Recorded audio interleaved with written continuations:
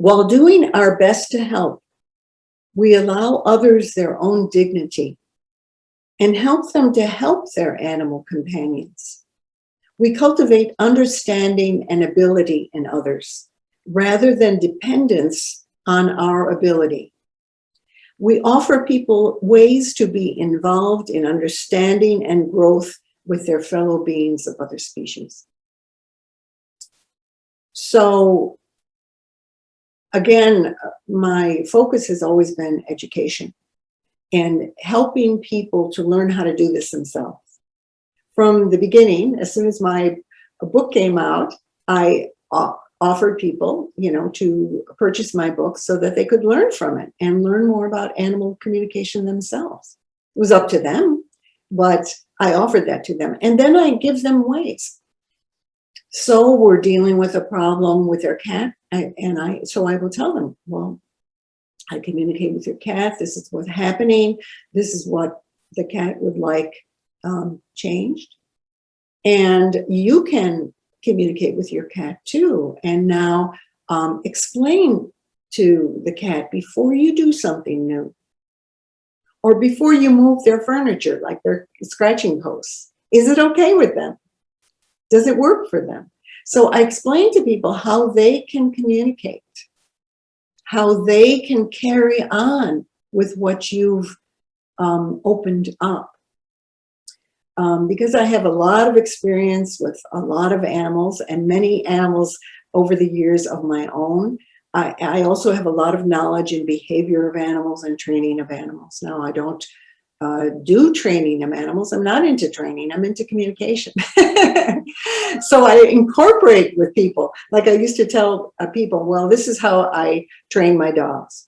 I tell them, well, this is what people need. They need you to sit rather than to jump up. They need you not to push on them. So sitting, lying down. I explain to them why, and I show them how. So this is what you need to do. And so then I have animals who understand, and we've done it with communication. Now, some animals who are very energetic may need further training and may need to go to a class where there's good reward system training, where they respect animals, etc. But you can then recommend, well, they go, this class at the Humane Society offers very good classes for their dog. So if you see from the dog that he just doesn't understand what he's supposed to do and how to be a dog in a human family. In other words, he has to do according to human rules. That's how it works. And the dogs are happy to learn those rules. But I've sometimes given people whole little programs of how to communicate with a dog. For example, a dog that barks at everybody who comes to the door. So I get first the animal's feelings, what's going on with them, and they say, well, I have to protect, they feel really protective. I have to protect my person. I have to let them know. So I explain to them, well, your person really wants to know just about people that they don't know when strangers are coming to the door. So this is what I would like you to do, is when you see somebody coming to the door that the person knows, you give one bark and go to your person and let them know that somebody's at the door. If it's a stranger and you want to alert more, okay, that's different. Okay, so then the dog starts to understand, oh, I see. You mean there's rules for good ways to bark and not so good ways to bark, because the person is calling because the barking is annoying the neighbors. And so you need to work with the dog. So I tell the person then, give them a little program.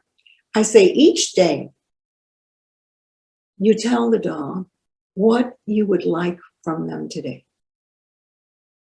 regarding the barking. And then maybe you're not home all day, but at the end of the day, you go over it with the dog. You say, well, how was it today? And the dog said, well, I barked, you weren't here, so I didn't really bark that much because there was nobody to alert. but I can't help barking at the delivery man who leaves packages at the front door. I just can't help it. So you say, great, that was wonderful. That's a big improvement. Or you notice with your dog that now he's quieter when your friends come. He doesn't jump up all over them. You say, thank you, that was really good. You let them know what they did well. That's all communication. That's all what we can help people with. So I give people a little program, and the people do the program, the communication program. They're communicating more with their dog. They're understanding their dog better, and their dog is getting, okay, now I know what it is that will please my person. Before I didn't. I just barked because that's what it felt good to do, because I'm a dog, basically. So that's where you cultivate understanding in people rather than dependence. So everything you say is based on the communication with the animal and based on what will help them further understand the animal. And then you keep checking in with the dog all the time. If you say something like, well, then you do this, and the dog indicates, well, I don't quite understand that. Well, then you explain it better. And explain it to the person. Make sure the dog understands. Make sure the person understands. Education, the key. It's really, then we don't cultivate people sort of glomming onto us. Like, oh, I can't do this. You're the expert. I can never do this. No, you keep trying to put the ball in their court, as they say. You keep trying to put it back to the person.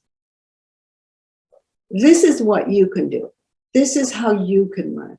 This is how you can open. This is how you're already understanding animals. See, you already got his feelings. The people will say to you after you tell them what the animal's feeling, well, I got that. Right. Now remember how you got that. Because that's animal communication. So you keep empowering people. You keep tossing it back to them. And little by little, they open up to it. Not everybody wants to be an animal communicator. But most people who love animals want to learn to communicate with their own animals, mostly. Sometimes they don't. They just prefer to call you, and they feel it's better. But listen to the people. Listen to what they want. Don't force anything on them, obviously. Just offer and see what happens.